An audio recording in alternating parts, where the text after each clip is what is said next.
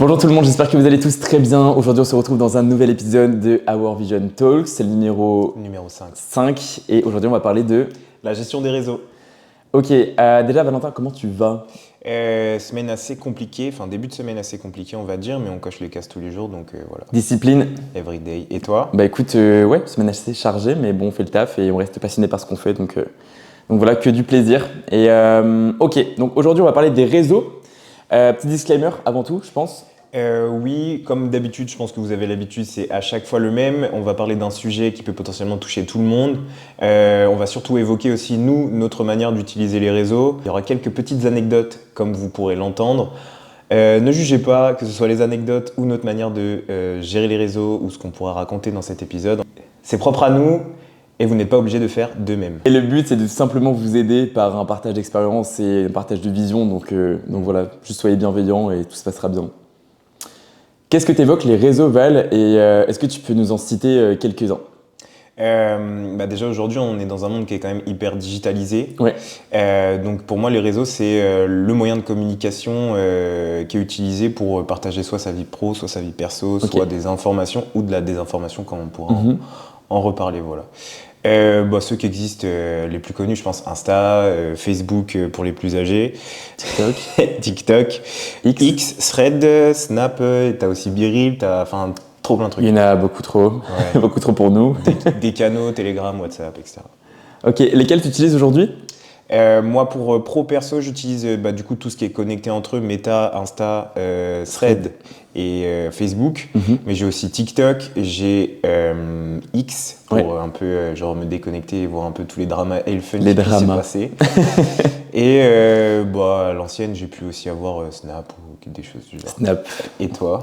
Moi aujourd'hui je suis exclusivement sur TikTok comme toi, j'ai Thread, Facebook et Insta qui sont connectés entre eux. Et après, sinon, voilà. Franchement, je suis pas trop au réseau à la base. Je suis vraiment sur les réseaux que pour le côté pro, mais pas pour le côté perso.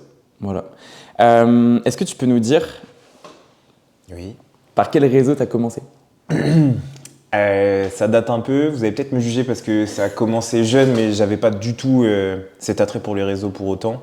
Je vais expliquer pourquoi j'ai commencé par MSN. Il commence déjà à se justifier. J'ai commencé par MSN pour les plus anciens d'entre vous, je pense que vous vous reconnaîtrez. Pour la simple et bonne raison que j'avais un super pote d'enfance de primaire qui est parti du coup de vivre dans le sud. Et on s'échangeait quelques messages de temps en temps, histoire de... Ok, de garder contact. Ouais, de garder contact. Mais ma vraie aventure sur les réseaux, je pense, a commencé quand je suis arrivé, CM2, 6e, avec Facebook. Il a dit l'aventure quand même. Ouais, l'aventure. L'aventure réseaux sociaux.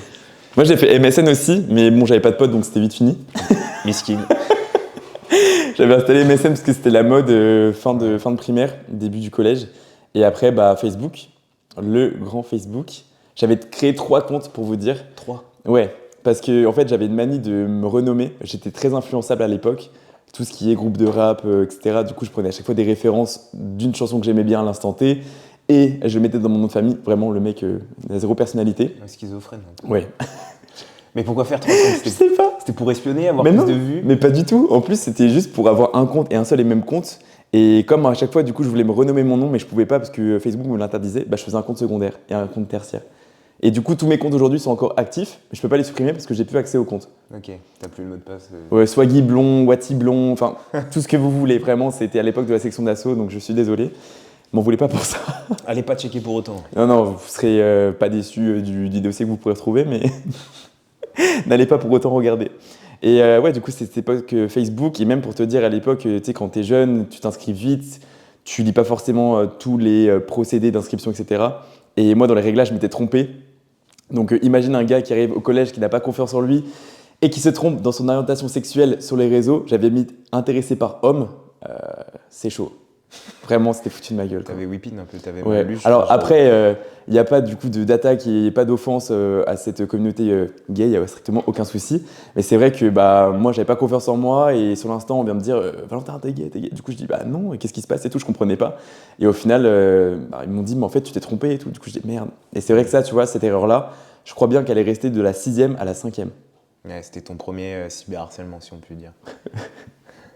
J'étais victime, c'était moi le fautif, tu vois, donc j'étais vraiment con. Vraiment, tu démarrais sur les réseaux, donc forcément, tu avais cet attrait du nouveau, tu vois. Et dans la précipitation. T'es trop content d'être sur les réseaux, tu vois. Est-ce que tes parents, ils étaient OK pour que tu sois sur les réseaux ou pas? Absolument pas. Je leur ai caché, je pense, pendant un an que j'avais Facebook quand je suis arrivé sur... Ils étaient au courant pour MSN, OK. parce que ils conscientisaient le fait que mon pote partait loin et tout, etc. OK. Mais pour Facebook, je leur ai caché genre pendant un an, tu vois. À l'époque, à chaque fois que je sortais de l'école, j'allais du coup chez mes grands-parents pour faire les devoirs le temps que mes parents me récupéraient. Et j'utilisais l'ordi de ma grand-mère en cachette pour pouvoir me connecter sur Facebook, tu vois. Est-ce que c'est ta mère ou c'est ton père qui bloquait le plus? Ma mère savait pas trop ce que c'était les réseaux. OK, c'était plus ton père? Ouais, elle est très terre à terre et du coup elle est un peu en dehors de tout ça, même encore aujourd'hui, tu vois. OK. Ma mère, à part même Facebook, je pense qu'elle a plus. OK. Donc elle a vraiment que ses SMS, tu vois. Mais non, c'est plus mon père, ouais. Mon père qui avait vachement peur de ça, tu vois, parce que c'était tout nouveau pour eux, ils avaient jamais connu ça. Ouais, c'est un peu de la peur de l'inconnu, quoi. La radio, la télé, ça s'arrêtait là, tu vois. Télégramme. Tu faisais du feu avec des silex. L'abus. OK, mais ouais, c'est important parce que je pense qu'il y aura pas mal de personnes qui sont peut-être touchées par ça. C'est par le fait d'avoir cette tentation du coup de frauder et de braver l'interdit avec l'inscription sur les réseaux parce que les parents ne veulent pas et du coup on fait ça en soum-soum parce que tout le monde y est, voir ce qui se passe. Mais ouais, généralement dans les communautés les plus jeunes, je pense que ça va être surtout TikTok, Snap Ouais. et Insta du coup derrière. Ouais, TikTok, Snap, je pense, ouais. C'est ce qui touche le plus les jeunes. Moi, je le vois avec mon petit frère, en tout cas. C'est peut-être les réseaux qui l'utilisent le plus. TikTok et Snap, aïe aïe aïe. Vraiment pour moi c'est les pires réseaux ça. Les réseaux les plus, tu sais c'est un peu les plus toxiques pour moi. Ouais, les plus toxiques. Je pense aussi, TikTok de 1 parce qu'il y a beaucoup d'infos qui passent dedans. Et Snap parce que je sais pas, c'est tous les contenus de réalité un petit peu fake, la vente, on en parlera après, ouais, c'est du contenu pour moi qui est vraiment malsain. Extrêmement malsain. Ouais. Du contenu qui peut jouer sur les émotions. Petite référence à l'épisode numéro 4 qu'on a sorti. Que j'espère vous avez vu. Ouais, donc est-ce que tu peux nous dire à partir de quel moment tu as vraiment pris les réseaux au sérieux dans ton ascension? Est-ce qu'il y a vraiment un moment marquant dans ta vie qui t'a poussé à utiliser les réseaux?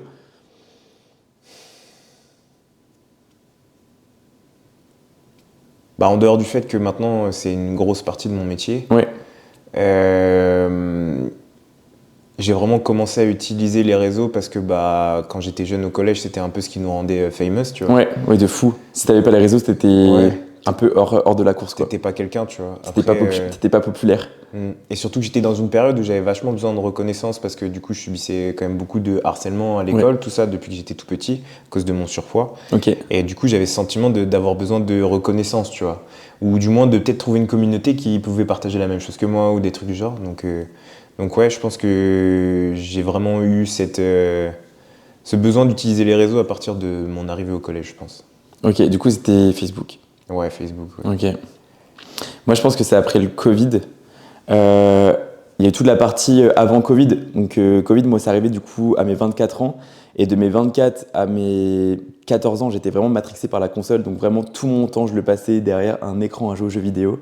Mais vraiment c'était assez aberrant. Enfin ma mère, elle en pouvait plus. Mon petit frère, après, j'ai un peu influencé là-dedans.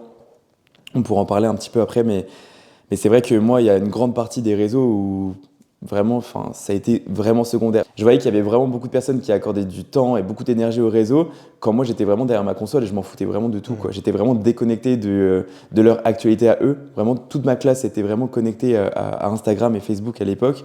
Eux, ils avaient déjà genre 1000 ou 2000... amis, tu vois, genre à l'époque quand t'avais 1000 et 2000 amis, c'était famous, ouais, tu vois. T'étais vraiment quelqu'un de populaire. Et c'est vrai que moi à côté, j'étais en mode, c'est pas ma vie, tu vois. Genre vraiment, mon monde, c'est les jeux vidéo et y a rien d'autre qui compte, tu vois. Et c'est vrai qu'il y avait vraiment deux mondes, quoi. Et c'est vraiment là où je me suis dit, faudrait peut-être que je me connecte un peu plus au réseau. C'est pas pour autant que je l'ai fait. Mais ouais, du coup, je jouais à Call of Duty. T'as joué aux jeux vidéo, toi, ou pas? Moi, très peu. Enfin, j'ai eu ma période où j'ai un peu poncé les jeux. mais on va dire que c'est venu tard parce que vu que j'étais le premier de ma famille, j'avais pas forcément... tu sais, genre...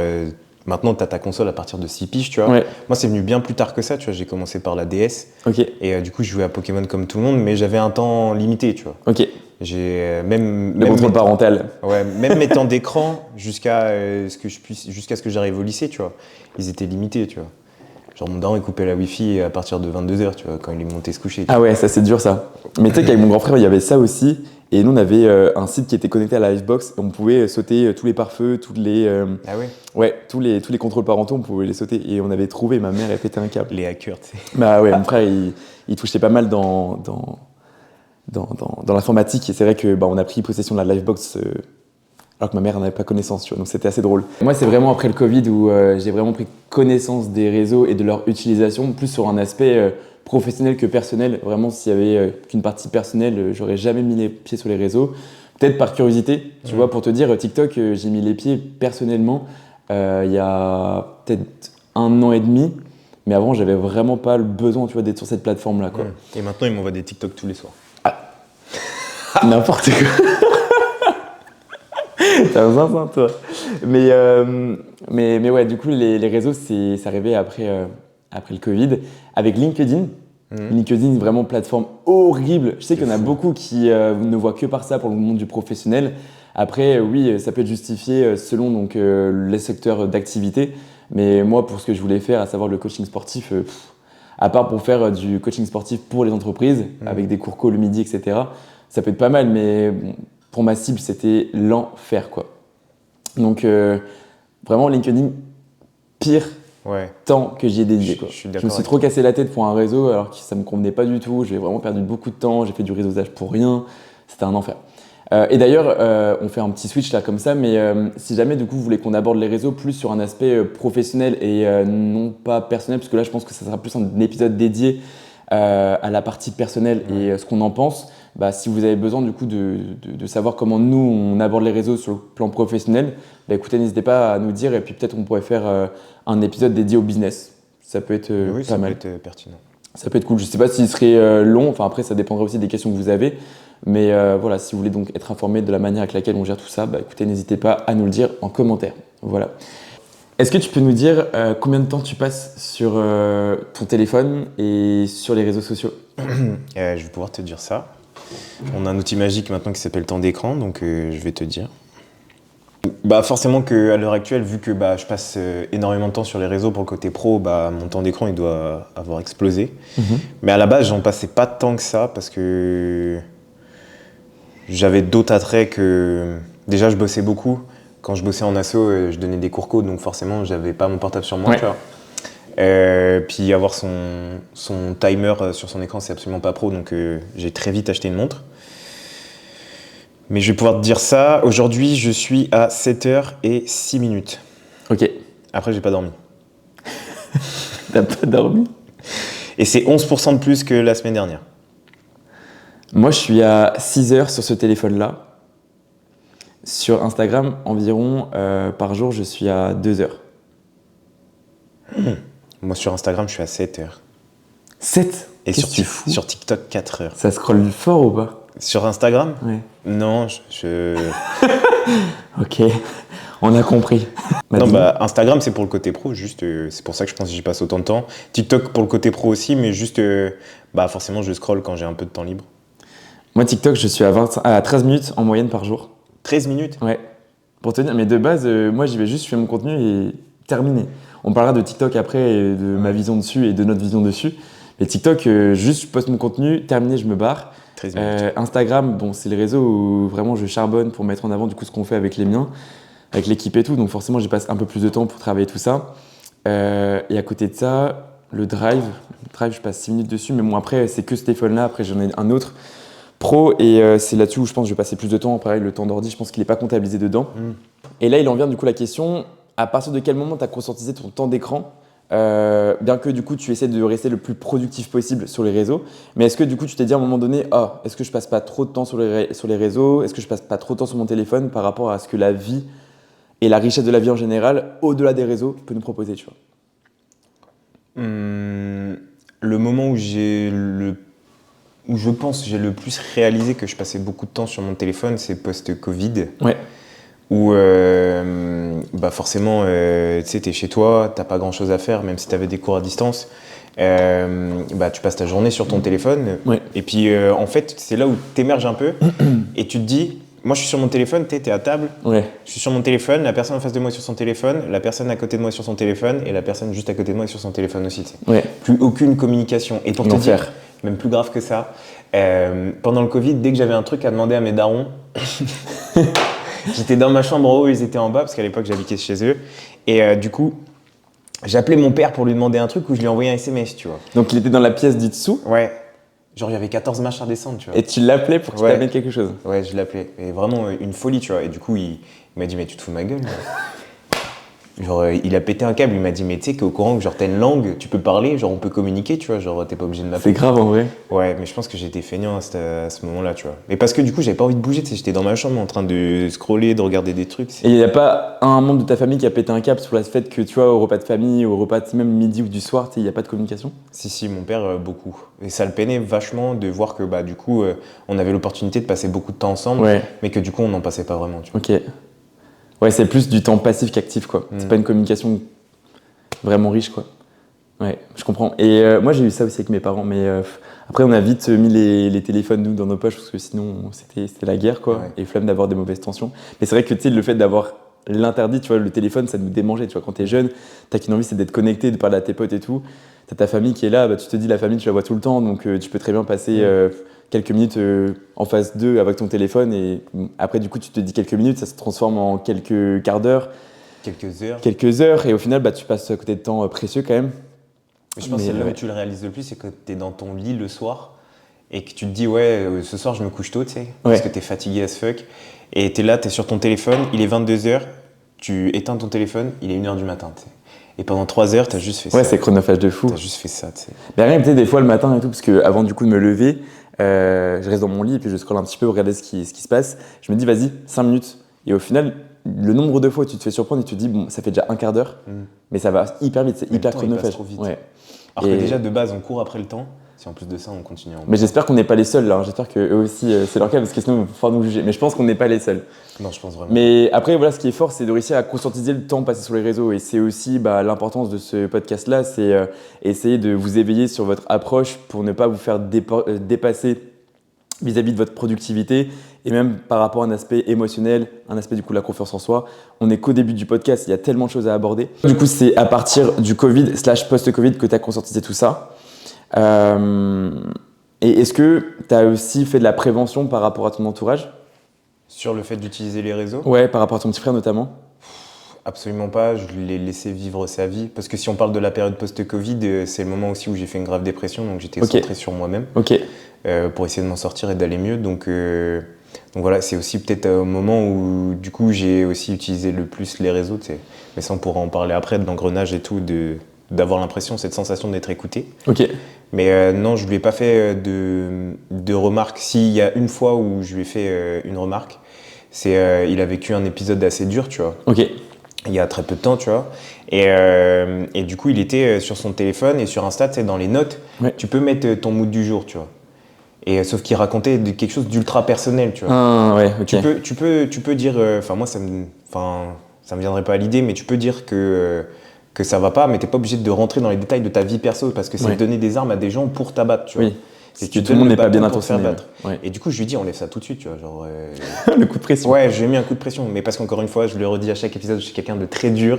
Et je lui ai vraiment mis un coup de pression. Je lui ai dit, mais jamais de la vie, tu mets ça sur un réseau social. Tu Après, c'était pour être protecteur. Oui. Parce que oui, c'est vrai que tout le monde n'est pas bien intentionné avec ce qu'on peut voir. Il y aura beaucoup de personnes qui vont être un petit peu dans l'attention et qui vont peut-être envoyer un peu de soutien. Donc, c'est vraiment cette partie-là des réseaux qui est vraiment cool. C'est l'aspect partage, soutien, mais il y a toute une sphère aussi qui est négative et ça, il faut vraiment s'en protéger, quoi. Et encore, je pense que c'est un soutien malsain. Parce que du coup, les gens vont essayer de te réconforter, mais... Parfois, quand tu es malheureux, les gens sont contents qu'eux essayent bien dans leur vie. Ouais. Ou alors, les gens se disent, du coup, je suis pas tout seul à être mal, et du coup, ils se confortent dans l'idée de ne pas être bien, tu vois. Après, on va éviter de faire les complotistes et les mecs vraiment matrixés de tout. C'est vraiment là, pour le coup, je lui ai vraiment dit juste t'enlèves ça et genre si t'as besoin de discuter, et parle à des personnes en vrai, tu vois. Et pas à des personnes derrière leur téléphone. Ok, donc c'est plus peut-être ta mère du coup qui a fait de la prévention par rapport ton père qui a fait de la prévention par rapport au réseau. Ta mère un peu moins du coup de ce que tu disais tout à l'heure. Et toi du coup, quelques coups de pression par-ci par-là, quoi. Je pense que la prévention, on se la fait à nous-mêmes. En tout cas, chez moi, ça a fonctionné plutôt comme ça. Tu vois. Nous, on avait des interdictions par rapport au fait que notre âge était limitant. Mais une fois qu'on avait l'âge, on ne pouvait plus trop... Vous étiez un peu responsable. Mais ouais, du coup, on a fait un peu nos expériences par nous-mêmes. Et vu que moi, je suis né en premier et que du coup, j'ai aussi fait mes expériences avec tout ça, Oui. même si mon petit frère aujourd'hui est bien plus connaisseur du monde digital que moi, Oui. je lui ai donné quelques tips de vie pour qu'il puisse quand même s'en sortir au mieux, quoi. Voilà. Sur la jungle des réseaux. Ouais. Et toi? Bah, moi, comme je t'ai dit, tu sais, les réseaux, en soi, j'étais pas dessus tant que ça quand j'étais petit. J'étais plus du coup sur les plateformes de jeux vidéo, les forums, etc. Je passais un temps fou dessus. Et vraiment, le moment où je me suis reconnecté à la vie, j'ai eu 2 périodes, j'ai eu 2 déclics, notamment du coup au lycée, c'est les premières soirées. Avec les groupes, là. Ouais, c'est ça. Les groupes Instagram et Facebook où t'es une trentaine dedans et puis à la fin, on partage la note, tu me dois tant. Donc c'était assez chiant, mais bon, bref. Jamais de la vie. Je te jure, c'était l'époque des groupes à 40 dans le groupe et au final vous étiez 20 parce que tout le monde disait qu'il allait bien alors qu'il n'y avait personne. Donc ouais, c'était cette époque de la vie là où je me suis un peu connecté au monde et je me suis dit vas-y en fait, voilà, c'est ta première soirée, tu sors, c'est cool, enfin voilà, tu découvres de nouvelles sensations, de nouvelles ambiances, au-delà de la console, enfin voilà, quand tu prends ta première cuite, tu te dis waouh, j'ai une chauffe, je suis dans l'euphorie du moment, il y a la hype, enfin bref, c'est cool quoi, tu partages du vrai temps avec les gens, même si c'est avec de l'alcool. Faites attention avec l'abus de l'alcool, mais voilà, du coup tu te dis que tu es avec du monde quoi, t'es pas toi et ta console et les gens du coup qui parlent derrière, donc c'est plutôt du concret. Donc ça, c'était plutôt cool. Et le deuxième moment, c'est parce que du coup, ce moment-là m'a pas forcément permis du coup de me dire que j'étais à ma place dans la vie de tous les jours. Parce que t'as beau sortir avec des gens, tu sais, je sortais pas pour les bonnes raisons. Tu sais, je sortais pour être remarqué, pour avoir de l'attention et pour moi aussi du coup regagner confiance en moi parce que j'étais dans une période de ma vie où j'étais assez gros, je sortais du coup pour avoir de l'attention et voilà, me dire que j'étais bien à ma place avec les gens et que j'étais à l'aise et j'avais le droit d'être là et au final je me sentais pas du tout à ma place. Au final tu vois, après la soirée j'étais en mode mais donc là j'ai bu, ok c'était cool, ok c'était drôle, j'ai bien rigolé parce que bah voilà je me suis pas j'ai pas fait semblant, enfin j'ai rigolé avec les gens que j'ai rigolé, c'était plutôt cool, mais après dans l'après bah je me sens pas mieux quoi. Tu vois, c'était peut-être un moment hors du temps, mais je me sentais pas mieux après ça. Et du coup, bah, je suis vite retourné dans les jeux vidéo.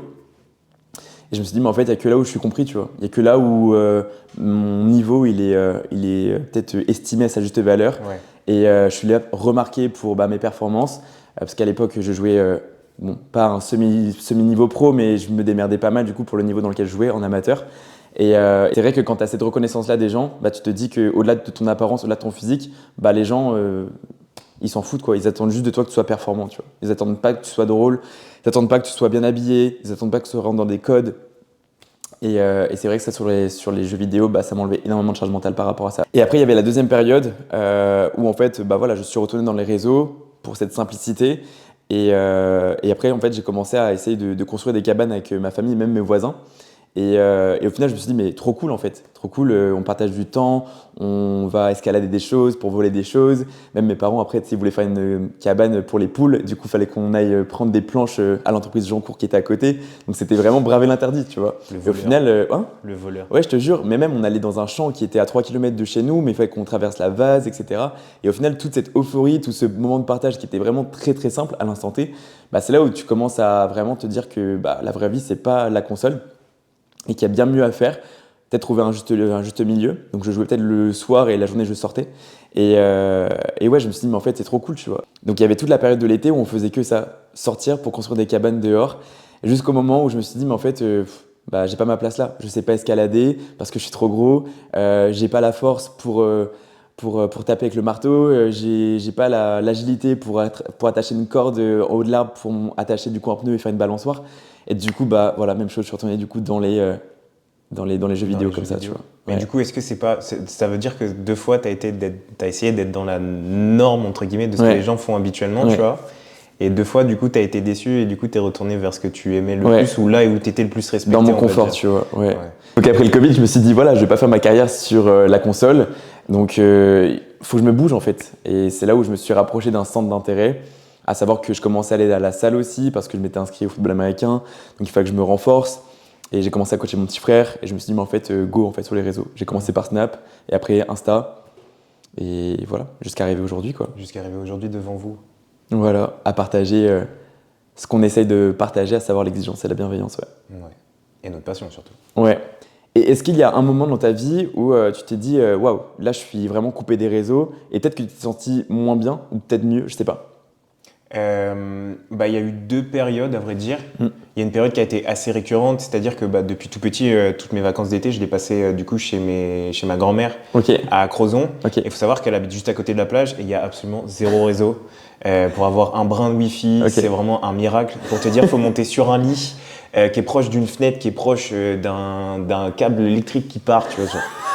C'est un enfer, tu vois. Donc, que ce soit 5G, Wi-Fi, il n'y a rien, tu vois. Est-ce que c'était pas les vacances où tes parents te disaient oui, on va en vacances chez mamie, au final tu voulais pas aller pour ça, Non, parce que du coup, ça dépend. Quand j'étais tout petit, tu vois, genre, ça me dérangeait pas parce que du coup, j'avais pas d'attrait pour ça, tu vois. Ok. J'avais ni besoin de téléphone parce que j'en avais pas. Ouais. J'avais ni besoin d'un PC, j'avais ni besoin de travailler, j'avais ni besoin de quoi que ce soit. Mais en grandissant, c'est vrai que par exemple, si je voulais regarder une série, là, on me présentait juste des DVD devant moi. Ok. Et on me disait, ou même des cassettes, pour dire.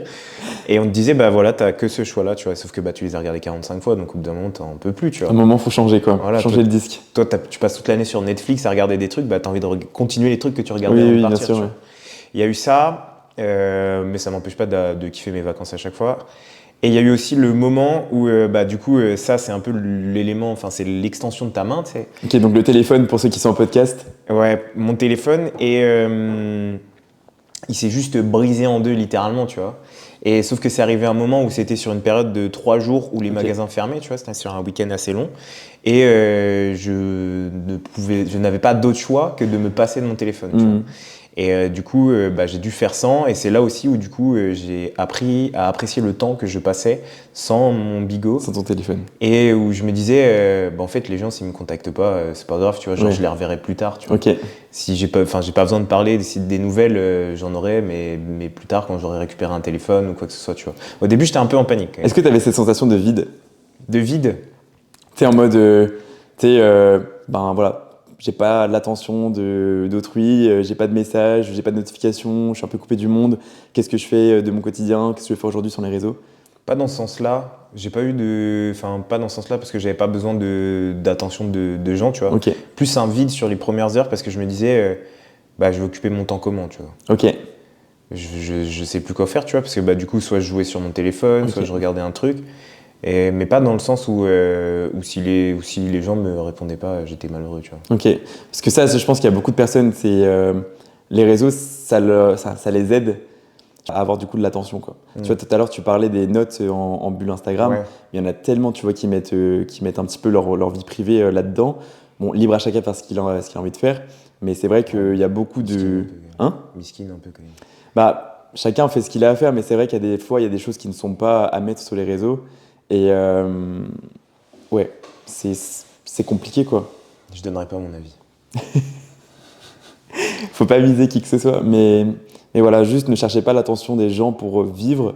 On l'a tous fait, mais le but, voilà, c'est qu'on arrête de le faire, quoi. Juste vivre pour nous. Ouais, pour soi.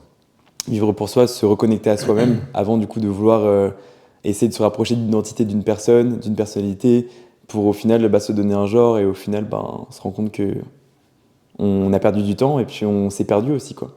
On s'est déçu parce qu'au final c'est vous et vous-même, hein. Les gens s'en foutent de si vous allez bien ou non. Si vous allez bien, tant mieux, mais si vous allez pas bien, il y aura peu de personnes bienveillantes qui seront là pour vous relever. Donc les réseaux, attention à ça, quoi.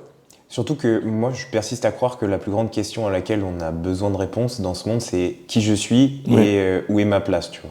Sauf qu'à chercher l'approbation ou les réponses à travers autrui, c'est se poser davantage de questions qu'on en avait avant, tu vois. Et peut-être avoir des réponses qui ne sont pas forcément la réponse que vous avez besoin à cet instant T-là, quoi. Parce que, imaginons, il y a une personne qui évolue peut-être plus vite que vous, peut-être qu'elle vous apportera une inspiration, mais qui n'est pas celle que vous devez avoir à cet instant, parce qu'elle n'est pas au même chapitre que vous êtes, vous. C'est un peu abstrait ce que je dis. Ouais, mais ça se comprend et je pense que ça fera réfléchir aussi. Dans le sens où c'est pas parce que quelqu'un a une réponse qui est la sienne qu'elle sera forcément adaptée à vous, dans le rythme auquel vous avez besoin d'évoluer. Donc, ne pas chercher l'approbation. Si ce phénomène-là où on essaye de contenter tout le monde, faut absolument pas le faire. Il y aura forcément des personnes que vous laisserez sur le carreau, il y aura des personnes que vous blesserez, ou il y aura des personnes avec qui ça ne marchera pas tout simplement. Donc juste priorisez-vous, on le répète tout le temps, mais je pense pas assez, c'est une des phrases que vous avez besoin le plus d'entendre, je pense, priorisez-vous. et arrêtez de chercher l'approbation dans les yeux des autres. Votre caractère, votre vie, il n'y a que vous qui pouvez la forger. Donc vraiment, conscientisez tout ce qui se passe dans votre tête et allez là où vous voulez aller et pas là où les autres veulent que vous alliez. Faites les choses pour vous, priorisez-vous, on le dit aujourd'hui, on l'a déjà dit et on le redira autant de fois qu'on peut, c'est important.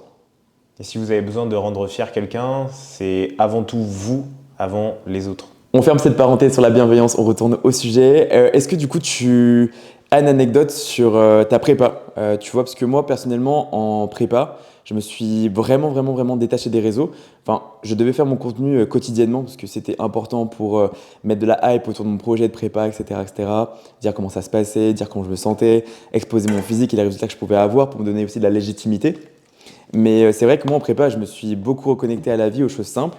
Et c'est vrai qu'en prépa, tu as beaucoup de personnes qui disent des choses simples. Tu sais, en story, il y a beaucoup de choses comme ça maintenant qui pop. Je ne sais pas si c'est un effet de mode, mais personnellement, je l'ai beaucoup ressenti comme ça. Tu vois, rien que le fait d'aller à la mer, se balader, c'est quelque chose mais de tellement apaisant, tu vois, au-delà des réseaux. Est-ce que du coup, toi, tu l'as ressenti pendant ta prépa ou pas? Le fait de devoir me déconnecter un peu? Ouais, et tu sais, de se rattacher au plaisir simple, juste marcher, prendre du temps pour toi.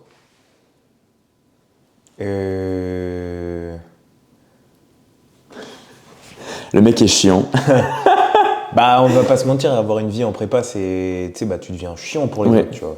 Parce que t'as plus aucune interaction, t'as plus aucun attrait pour le monde extérieur, t'es juste concentré sur toi et à cocher tout ce que tu dois faire chaque jour, tu vois. Mais on va dire que du coup, j'ai arrêté cet effet de faire 40 000 trucs en même temps, tu vois. Genre par exemple, quand je regardais un film avec ma famille, je coupais mon téléphone. Ok. Quand je regardais même un film tout seul, tu vois, je coupais mon téléphone, tu vois. Pour profiter de l'instant présent ou juste pour me dire que genre fallait pas que j'ai trop d'informations sinon j'allais être épuisé, tu vois. Et est-ce qu'aujourd'hui c'est quelque chose que tu as gardé ou pas? Tu sais, comme d'habitude, de te déconnecter pendant que tu es en moment avec ta famille, avec tes... Tu vois? Est-ce que tu as gardé ces petites habitudes simples ou pas? Non. Tu vois? Non, absolument pas. Mais parce que derrière, tu sais, tu reprends ta vie normalement, tu vois. Ouais.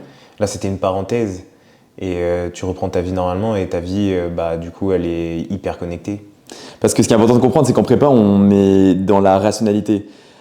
C'est-à-dire que le moindre effort est un réel effort. Et faire deux choses à la fois, c'est hyper fatigant. Rien que le fait de regarder la télé et de scroller sur son téléphone, c'est de l'information à la télé, il faut écouter, il faut rester concentré. Il y a le téléphone avec les notifications qui vont pop, c'est l'énergie qu'on va dépenser. Il faut vraiment le vivre pour le comprendre.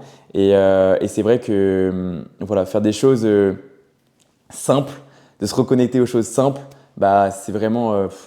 tellement apaisant et quand on se reconnecte avec davantage de calories, c'est là où on se dit qu'on a un rythme qui est tout autre, donc c'est assez marrant. Ouais. Et tout à l'heure du coup je parlais un peu de... Ouais, dis-moi. J'avais une anecdote par rapport à ça, genre ça m'a fait ultra marrer parce que du coup j'y ai repensé, tu vois. Genre j'étais tout seul chez moi, j'étais en train de faire cuire mon riz et j'étais en train de phaser comme ça sur l'eau qui bout et genre j'écoutais le bruit du feu et le bruit de l'eau qui bout et je me disais putain le silence c'est incroyable quand même. C'est vraiment genre trop bien, tu sais. Oui. T'es tout seul chez toi, il n'y a rien, il n'y a personne qui t'emmerde. Et juste tu phases pendant 10 minutes et tu regardes ton riz cuire comme ça et tu te dis, bah il n'y a aucun bruit, c'est trop bien, genre. Alors que d'habitude, t'as ton téléphone, t'as TikTok à côté, t'as fait un barouf, la musique en fond. La télé qui marche là-bas, tu sais. Et là, juste tu regardes ton riz bouillir et t'es là, bon, tu perds un peu de temps parce que t'as des trucs à faire, mais t'es là, putain, c'est trop bien. T'as pris une pause, quoi, tu t'es vraiment concentré sur quelque chose d'apaisant. Et c'est marrant parce que tu sais, quand on était petit, on disait toujours, nos grands-parents, ils étaient sur le canapé et puis ils attendaient, peut-être ils lisaient le journal et tout. On se dit, mais putain, mais qu'est-ce que ça doit être chiant. Mais tu sais, pour eux, à l'instant, peut-être qu'ils avaient la même sensation que toi, tu ressentais à ce moment-là, tu vois. Je pense beaucoup. Ouais. C'est hyper marrant. Est-ce que toi, donc, tu ressens aujourd'hui de la pression des réseaux envers ta personne, que ce soit du coup sur le plan perso ou sur le plan pro? Sur le plan perso, non, du tout. Parce que j'ai rarement eu de problème avec mes réseaux d'une manière personnelle, tu vois. Très peu d'embrouilles, très peu de tout ça, tu vois. Genre, T'as jamais été harcelé? Hein? T'as jamais été harcelé? Sur les réseaux, non. Ouais, jamais. Jamais. J'ai pu recevoir des critiques. Mais. Critiques que t'as pris comment? C'était à quel âge? Jeune, j'en ai jamais reçu. C'est plus dernièrement, tu vois, dans l'environnement du pro, tu vois. Ou même quand tu pouvais poster des trucs de muscu et tout, etc., les gens ils pouvaient te faire des remarques, etc., des trucs du genre, tu vois. Pour te déstabiliser un petit peu vis-à-vis de ta légitimité, peut-être? Me déstabiliser, non, mais je pense que du coup, c'était plus une forme de jalousie. C'est toujours les gens qui sont les moins bien placés pour critiquer qui le font, parce qu'être derrière un téléphone, c'est tellement facile que voilà, ils l'ont fait, tu vois. Mais bon, j'avais déjà assez de force de caractère pour soit trouver une petite vanne marrante à faire et la répartie, quoi. Juste leur casser les pieds, tu vois. Et du coup, j'avais très peu de réponses en retour, mais voilà, tu vois. Mais du coup, t'es pro, faut savoir que il y en a avec qui j'en ai parlé, ça en plus. C'est la partie du métier, je pense, que je déteste le plus faire, tu vois. Dans ma vie, j'aime beaucoup mon anonymat, le fait de ne pas être connu, etc. Et que genre, on vienne pas m'embêter, tu vois. J'aime beaucoup ma tranquillité et ma paix. Donc je vous prie de la laisser tranquille aussi. Et du coup, le fait d'être exposé, tu vois, forcément, c'est la partie qui me dérange le plus, tu vois. Mais on est quand même amené à le faire et c'est quelque chose que je fais, tu vois, naturellement. Même vis-à-vis des stats, tu vois, j'ai zéro pression, tu vois. C'est pas parce qu'un réel marche moins demain ou qu'un réel ne marche pas du tout que je vais me dire ça a pas marché, c'est la panique, faut que je trouve un truc qui va faire que les gens réagissent dessus, tu vois.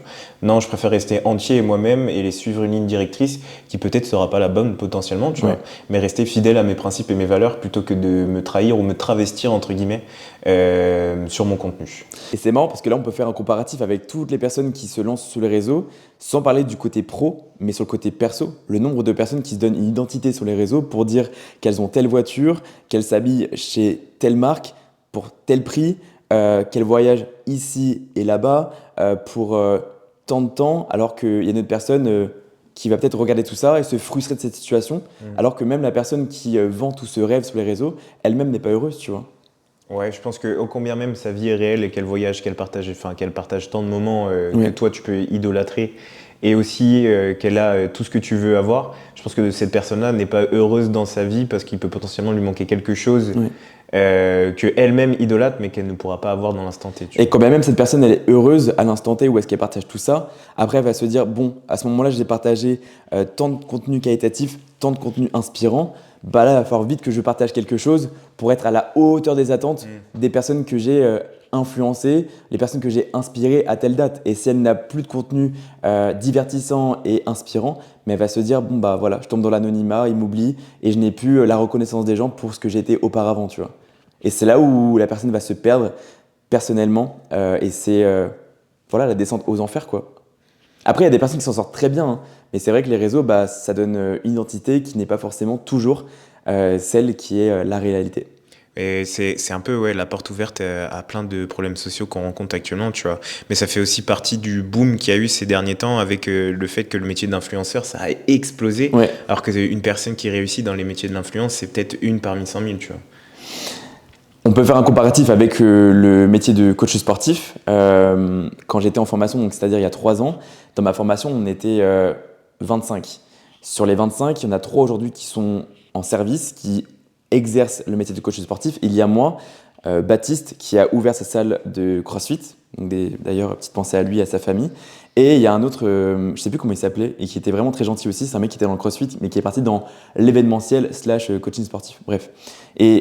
Bref, retenez qu'il y a quand même 22 personnes qui n'ont pas réussi à s'insérer dans le côté professionnel du coaching sportif. Donc imaginez le monde qui veut s'insérer dans le coaching sportif et qui n'a pas réussi sur l'entièreté de la France ou l'entièreté du coup du monde de manière générale, parce qu'il n'y a pas que des Français, il y a aussi du coup les autres nationalités.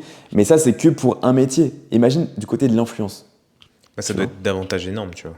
Ouais, et c'est là où on peut se dire, mais où est-ce qu'on va comme ça, quoi. Parce que je regardais du coup un reportage où il y avait, je crois que c'était sur TikTok, il y a un journaliste qui demande qu'est-ce que vous voulez faire comme métier plus tard. Et il s'adressait à une classe de 6e. Sur l'ensemble de la classe, plus de la moitié ont répondu qu'ils voulaient devenir influenceurs. Ou youtubeur ou quelque chose du genre, tu vois. Et je trouve ça juste aberrant parce que tu sais, tout le monde voit les réseaux comme étant le moyen de gagner de l'argent facilement. Tu peux voyager, tu es invité à des meetings, tout est payé, c'est paradisiaque, tu as la reconnaissance des gens, tu vas gagner en échelon, en popularité. C'est la vie de rêve, tu vois. Mais ça, c'est une minorité qui perce. Et quand bien même tu perces, après, il faut être régulier, quoi. Parce que tomber dans l'anonymat, c'est très facile aussi après. Mais je pense que c'est surtout un paradigme dans le sens où c'est un peu ce que l'humain cherche. C'est que on est tous impatient, moi le premier.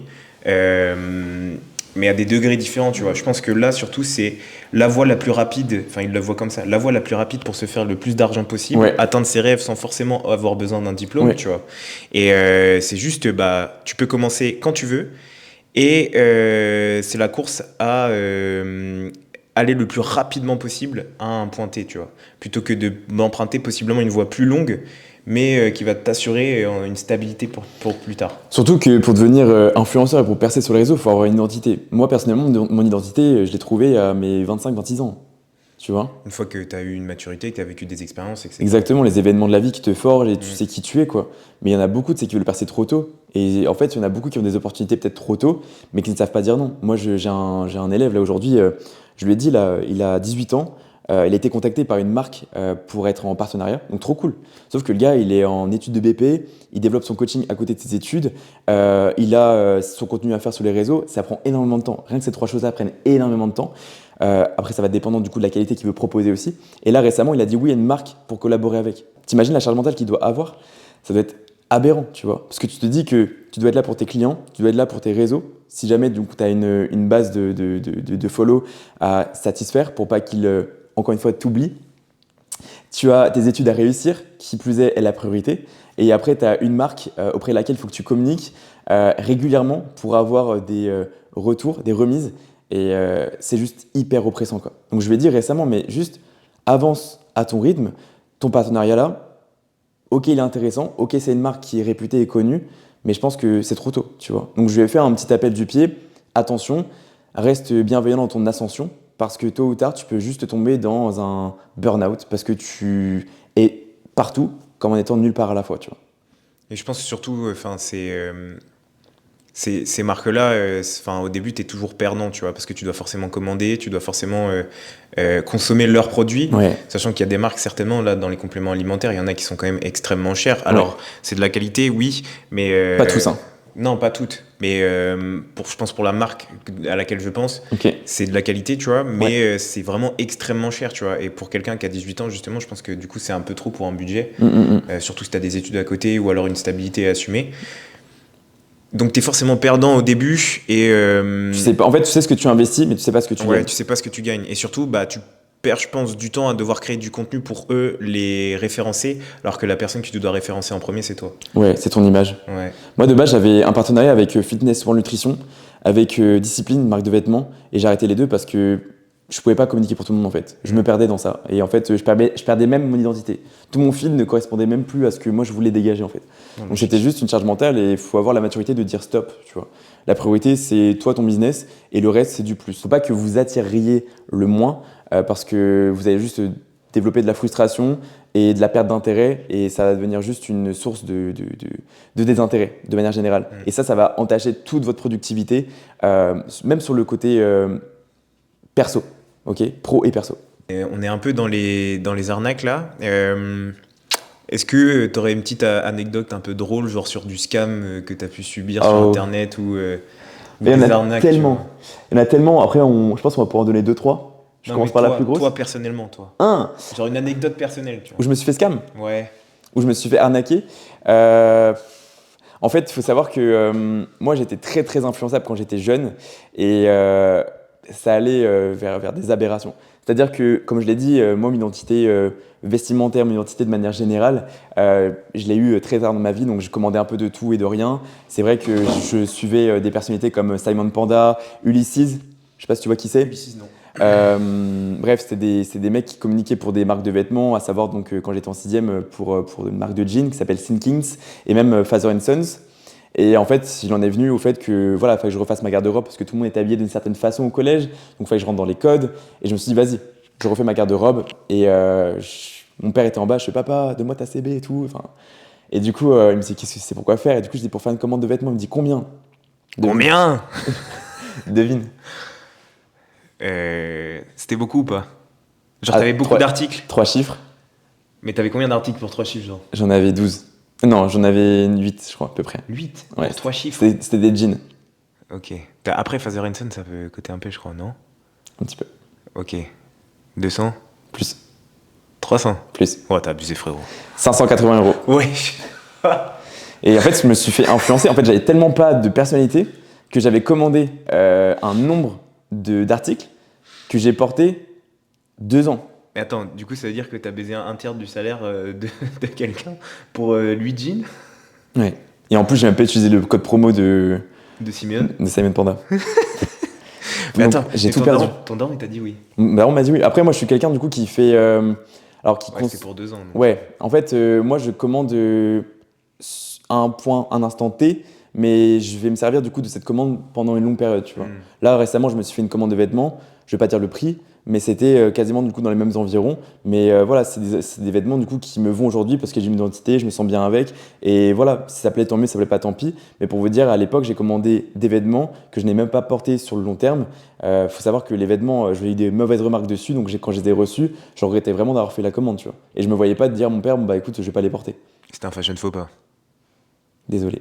C'était la Fashion Week en fait. Et ça, c'est pour une commande. Mais imagine du coup le nombre de commandes que j'ai pu faire parce que j'étais en quête d'identité, quoi. Il y a le nombre de paires de chaussures que j'ai là-haut, que j'ai porté qu'une fois, ou même quasiment pas porté.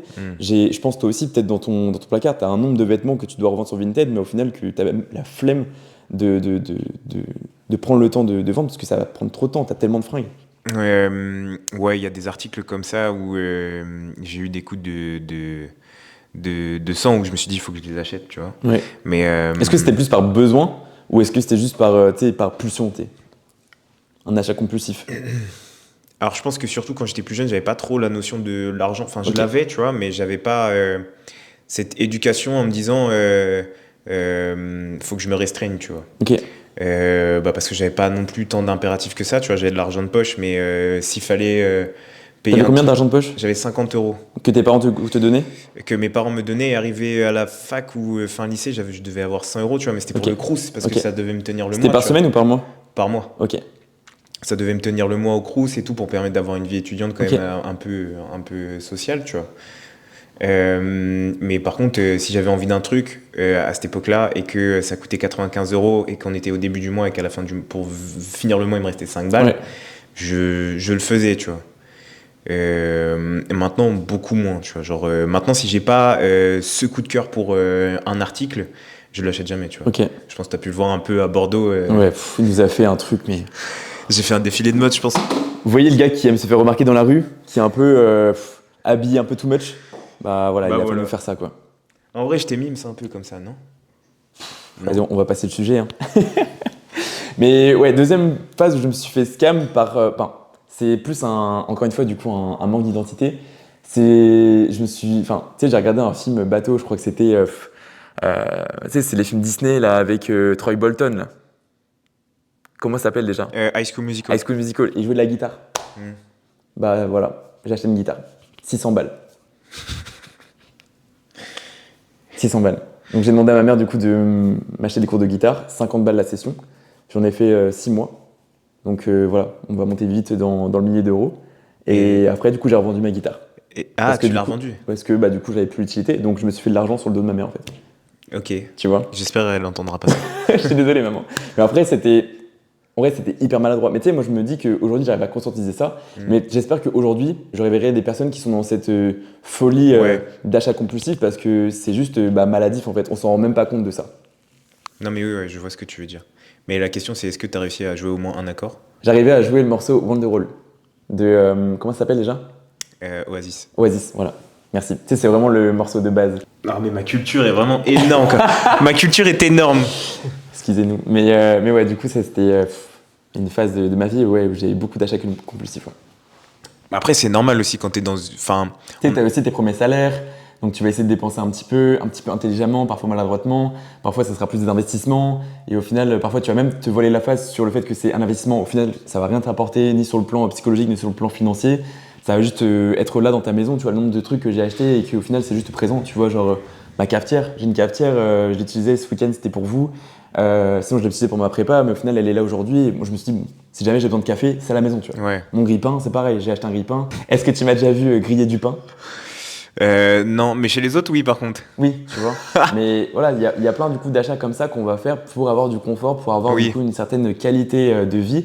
Et ça, c'est pour le côté maison. Après, ça peut s'expliquer. Si vous avez vous aussi les moyens de votre côté de faire des achats comme ça, confortables, ne vous en privez pas si vous apporte du coup du confort. Tu vois, il y a des personnes qui aimeront avoir une belle voiture qui coûte je ne sais pas combien d'euros et au final avoir une maison après à côté un petit peu plus délabrée ou bref un petit peu moins qualitative que la voiture, quoi. Il y a des personnes qui préfèrent ça, quoi.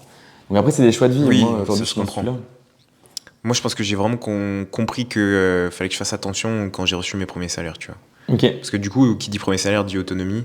Qui dit autonomie dit forcément tu as des charges et du coup tu essayes de faire le pour et le contre, tu vois. Du coup, si tu vois un truc que t'aimes bien, tu dis bon bah faut quand même que je mette de côté pour mon avenir, donc forcément tu mets de côté et tu t'assois un peu sur ce que tu veux, tu vois. C'est quoi le truc là que t'as envie d'acheter parce que tu t'es fait influencer ou que t'as vu ça sur les réseaux récemment là?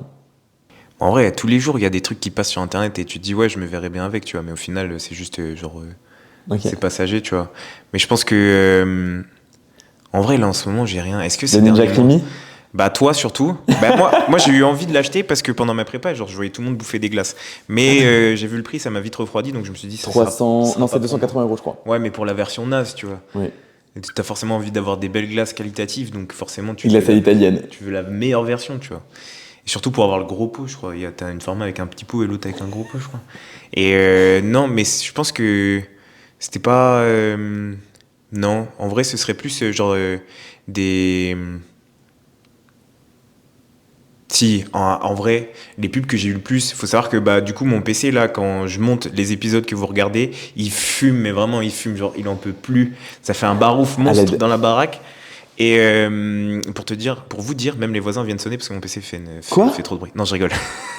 Ça t'est vraiment une dinguerie, ça. Open the door. Et attends, juste, tout à l'heure, du coup, on a parlé de mes scams à moi, mais viens, on se fout de ta gueule un petit peu, ce côté scam. On en revient après. Non, maintenant. Histoire. Non. Parce que je crois que t'as un sacré truc à leur dire, je crois. Ah, ouais, c'est vrai. Mais je finis mon histoire d'abord. Mais du coup, tout ça pour dire que ces derniers temps, j'ai fait craquer pour un nouveau iMac, mais je me suis retenu. iMac à combien? Bah, le pro, parce que pour monter, c'est beaucoup mieux d'avoir un pro. Mais du coup, je pense que c'était 1004, mais bon, t'as pas trop de RAM. 1004 et iMac Pro? Bah, le MacBook, pardon, MacBook Pro. Ok. Mais du coup, 1004, la version la plus basse, avec moins de gigas. Oui, ok. Donc voilà. Mais non, si je me suis fait scam un jour. Faut savoir que quand je travaillais en tant qu'éducateur, j'habitais à un endroit A et il fallait que je me rende à un endroit B qui était un peu plus loin. C'est pas extrêmement loin en voiture, mais j'ai eu une perte de mobilité. Et il se pourrait que le bus, quand bien même c'est pratique, ça m'a saoulé de voir toujours les mêmes gens qui puent et tout, etc. Donc, j'ai pris la décision en naviguant sur TikTok un jour de m'acheter une trottinette électrique. Une trottinette électrique. Je l'ai commandée. Bah du coup, elle est jamais arrivée. Faut savoir que du coup, au bout d'une semaine, j'ai envoyé un mail à l'adresse qui était mentionnée sur le site. Mon mail n'est jamais parvenu, il m'est retourné direct en me disant qu'il n'y avait pas d'adresse trouvée. Tu vois. Ouais. Il y avait un numéro de téléphone, j'appelle, on me dit que ce numéro de téléphone n'est pas attribué. Donc ça va commencer à m'inquiéter un petit peu, tu vois, parce que j'avais vraiment besoin d'aller au taf autrement, surtout en laissant mes narines tranquilles le matin. Et du coup, il s'avère que j'ai attendu un mois et que la trottinette n'est jamais arrivée. Donc voilà, j'ai perdu 50 balles, je crois. Ouais. Et bah voilà. Et t'en as pas recommandé une deuxième? Si, j'ai recommandé une deuxième trottinette électrique. Alors, il se fout de ma gueule avec mes commandes. Et elle est jamais arrivée non plus. Toi, tu reçois jamais ta commande, mais tu recommandes quand même. Du coup, j'ai perdu 100 balles au total dans l'histoire. Voilà, GG. Trop bien. Si jamais, petit tips, vous voulez commander un truc, assurez-vous que lorsque vous êtes sur Internet, il y a le petit cadenas. Comme ça vous assure au moins que vos données sont protégées dans la majorité des cas, et aussi que le site est sécurisé. Voilà. Je pense que c'est bien de faire une parenthèse sur l'effet des réseaux, qu'il soit positif ou négatif, sur la vision de soi-même par rapport au bodybuilding. Alors je ne sais pas si ça va être une grande parenthèse, je ne sais pas du coup où est-ce qu'on va comme ça, mais il y a au moins un message à évoquer. Donc voilà, on va essayer du coup de le mettre en avant le plus possible. Est-ce que tu as déjà entendu des personnes s'auto-saboter ou se dévaloriser par rapport à ce qu'ils pouvaient voir sur les réseaux? Oui, dans mon entourage, il y en a beaucoup qui se disent potentiellement par rapport à telle personne qui va monter sur scène ou quoi, Ouais, je suis pas du tout compétitif à côté. Alors que, encore une fois, à partir du moment où tu ne vois pas les personnes côte à côte, tu peux pas émettre de jugement, tu vois. ouais, Être sur les réseaux et afficher son meilleur profil, son meilleur physique, avoir la meilleure lumière, ouais, avoir le meilleur filtre et avoir la meilleure retouche photo possible, c'est super facile. ouais, Aujourd'hui, on a trop plein d'outils pour faire douter les gens sur notre potentiel, même naturel. ouais. Donc voilà, oui, il y a beaucoup de personnes qui se dénigrent par rapport à telle ou telle personne qu'on peut voir sur les réseaux, surtout des personnes qui sont plus ou moins médiatisées ou connues dans le monde du body, Ouais. tu vois. Moi, ça m'avait choqué parce qu'une fois, j'avais vu un mec sur les réseaux, il explose un petit peu là, c'est cool pour lui, vraiment, je lui souhaite que du bien. Mais c'est vrai que sur les réseaux, il paraît énorme. Et en fait, je l'ai vu à la salle, je vais pas mentionner la salle parce que sinon ça va être peut-être un peu trop ciblé. Mais quand je l'ai vu, je suis passé à côté, je me suis dit, mais en fait, voilà quoi, c'est facile de se mettre en avant sur les réseaux quoi. Parce que sur les réseaux, on paraît toujours plus big. Comme tu as dit, on se met en valeur sur notre meilleur profil, sur notre meilleure lumière. C'est facile. C'est facile. Vraiment, sur les réseaux, c'est vraiment facile de duper, c'est facile de se donner une image, une bonne image comme une mauvaise image, on fait vraiment attention à ça. Mais c'est vrai qu'il faut pas voir qu'à travers les réseaux et peut-être aussi euh, comparer les physiques entre eux. Et c'est là où je trouve que la compétition de bodybuilding est à savoir attendre les comparaisons réelles, c'est là où c'est le plus intéressant. Parce que tu te dis que elle, sur les réseaux, elle était tellement impressionnante, tellement dominante, tellement juste impressionnante et à la limite aussi inspirante que frustrante, bah, tu te dis qu'à côté de d'autres personnes, bah, elle n'est pas forcément si Oui. énorme que ça, tu vois. Donc en fait, ne croyez pas tout ce que vous voyez sur les réseaux. Peut-être que vous, de votre côté, vous avez un projet qui est au chapitre numéro un, ben, vous êtes au chapitre numéro un, mais peut-être que vous avez vraiment un projet et un potentiel de zinzin. Donc juste ne vous sabotez pas par rapport à ce que vous voyez sur les réseaux, quoi. Oui, et en plus, combien même elle est pareille que sur les réseaux. Ouais, Il n'y a peut-être pas eu le même nombre d'années, le même nombre la même discipline ouais, pendant tant carrément. de temps. Les mêmes difficultés, les mêmes contraintes. Ouais, les mêmes difficultés, les mêmes contraintes. Comme il a dit tout à l'heure, ne comparez pas votre chapitre numéro 1 au chapitre numéro 15 d'une personne. Donc voilà pour ça. Et ce qui est important de dire, c'est que, et quand bien même la personne elle est énorme en face, bah écoutez, tant mieux pour elle, mais juste pour vous, il faut vraiment que ce soit inspirant. Là, j'étais un petit peu dans le côté dévalorisation d'un physique qu'on peut voir sur Internet par rapport à ce qu'on peut voir. Mais il y a aussi l'autre partie. Il y a peut-être aussi que le physique, il est aussi énorme en réel que sur les réseaux. Et si c'est le cas, bah, écoutez, c'est que la personne elle a taffé pour ça, ne la rabaissez pas. Et il y a aussi le scénario qui revient souvent, c'est en mode putain, lui il a ce physique-là, il est magnifique, etc. Et peut-être qu'au fond, la personne, ben, elle va peut-être même être inspirée par l'autre personne qui la trouve énorme. Tu vois. Et ça, ce scénario-là, il arrive souvent. Tu l'as rencontré? Je sais qu'entre deux coachés, c'est le cas. Tu sais, j'ai deux coachés qui sont attirés l'une et l'autre par leur physique et qui n'arrivent pas à voir le potentiel qu'elles-mêmes ont, tu vois. Ouais, bah fusionner. Hein? Fusionner. Mais essayez du coup de vous identifier à ça si c'est le cas. Ne vous frustrez pas par ce que vous voyez sur les réseaux, juste soyez inspiré par ce que vous pouvez y voir. Vraiment, c'est la meilleure manière avec laquelle vous pouvez vous servir des réseaux aujourd'hui. Ok, donc, le message à retenir de tout ça, c'est ne vous comparez pas, restez inspiré et puis ne bridez pas votre projet à cause d'une autre personne. Vraiment. Essayez de travailler sur vous, prenez conscience de vos forces et de vos faiblesses et c'est tout. Ce que vous voyez sur les réseaux, tôt ou tard, si vous êtes sur scène avec la personne concernée, ça sera peut-être la vraie vie, c'est vrai, mais vous avez encore du temps pour vous préparer à la scène. Et quand bien même vous voulez monter sur scène, libre à vous de choisir le moment parfait avec votre coach pour monter sur scène. Et peut-être que cette personne-là, elle est peut-être quad dominante, mais peut-être que vous êtes glute dominante, et à voir ce que les jurys vont vouloir à l'instant T sur le plateau, à voir ce qu'il en est vis-à-vis de votre harmonie, de vos gaps de manière générale, de votre posing, et voilà, qu'est-ce qu'ils vont attendre sur le jour même, vous voyez. Donc essayez de prendre vos forces, peaufiner vos faiblesses, et ce qui doit arriver arrivera. Vraiment, tout le travail sera, je dirais, récompensé tôt ou tard. Il y a Théo qui fait une petite intervention. Mais si je dois m'éloigner un tout petit peu du sujet et rester en restant un peu plus général, vous allez me dire, oui, Valentin, tu es très philosophe aujourd'hui. Détachez-vous vraiment de cet aspect-là des réseaux. Et n'oubliez pas que du coup, ce sont vos différences qui feront peut-être vos plus grandes forces. On note. Et celle-là, c'est à mettre dans le livre d'or de Our Vision Talks. C'est vrai. Et là, on part par rapport à l'aspect compétitif. Mais il en va de même pour l'aspect non compétitif. Ok. Donc juste chill, les réseaux c'est bien, mais vous, voilà, travaillez sur ce que vous avez à travailler. Faites de votre mieux pour avancer selon vos contraintes et vos problématiques et tout se passera très bien. N'est-ce pas Tao? Oui? Oui, il est d'accord, je pense. Ouh, toutou. Je pense qu'on peut continuer de parler du coup des réseaux avec l'influence envers le body, et notamment maintenant sur les programmes alimentaires, sur les approches de l'entraînement, sur le coaching sportif de manière générale. On commence par la diète, t'es chaud? Notamment avec le grand courant de pensée, Le grand 80-20. 40%. Ouais, sur l'aspect entraînement-diète. Ouais, Ouais, ça a beaucoup été partagé. Après, maintenant, ça se régule un peu sur du 50-50. je le vois toujours quand même. C'est vrai? Ouais, Moi, c'est vrai que ça a disparu un peu des réseaux. Maintenant, je vois surtout 50-50, alors que pour moi, c'est 100-100. ouais. Mais ouais, c'est un truc qui est bien, bien partagé. Mais j'ai vu aussi l'inverse, genre 80% entraînement, 20% diète. Après, je préférais à choisir avoir un 80% musculation et un 20% diète pour être certain de m'entraîner correctement, de considérer pleinement ma stratégie d'entraînement et créer un maximum de masse musculaire. Et après, avoir une diète pure et équilibrée dès que je le peux, avec peut-être davantage de stabilité. Je sais qu'il y a pas mal de personnes qui pourraient avoir une diète assez approximative parce que dans l'instant, ils sont dans un contexte assez instable. Mais dès qu'ils pourront sécher parce que voilà, le temps sera le moment propice à ça, bah, ils n'auront pas perdu du temps parce qu'ils seront bien entraînés, tu vois. Non, mais oui, je suis assez d'accord. Alors que si vous considérez la diète à 80% et 20% la musculation, ben, vous aurez beau faire des prises de masse en mode winter arc, il y aura rien après ce winter arc Là, il y parce aura que 80% de gras et 20% de muscle. ouais, et Voilà. puis quand vous sécherez, vous aurez le physique identique avant le winter arc, hein. Voilà. Ou peut-être même pire. Peut-être même pire.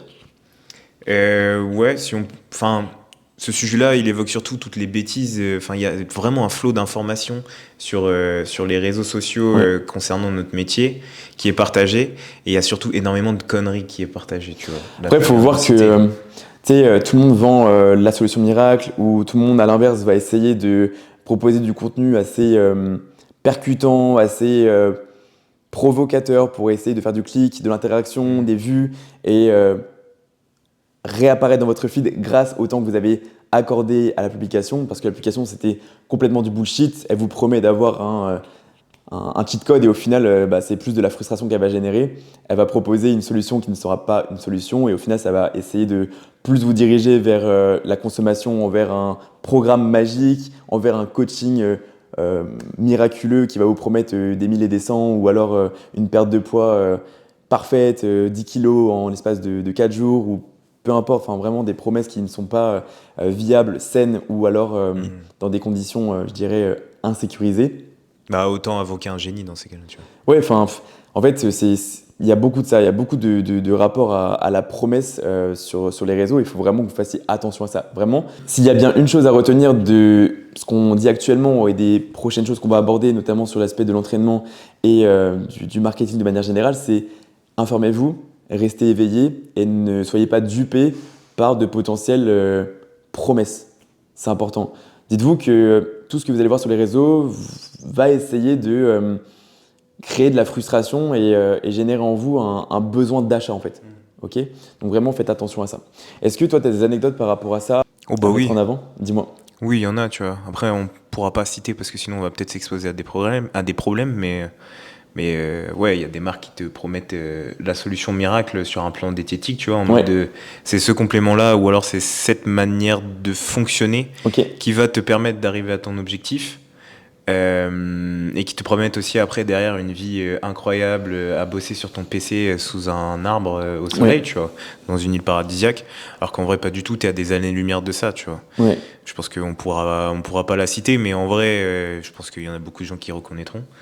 En fait, c'est une marque qui joue beaucoup sur le timing. C'est-à-dire que si vous, aujourd'hui, vous êtes un petit peu démuni de solutions professionnelles, bah, c'est une marque qui va vous démarcher en vous promettant de gagner une certaine somme, ce qui est une somme assez confortable, faut le dire. Après, il y a plein de choses à gagner à côté. Il y a des voyages, des meetings, tout un effet de groupe qui va être assez inspirant. Un cercle social, ouais. Ouais, mais c'est au détriment d'une certaine population, une population qui est elle aussi perdue, qui n'a plus ou de moins en moins confiance en elle et qui va essayer de chercher une solution miracle. Et c'est, pour moi, à mes yeux, c'est de l'abus.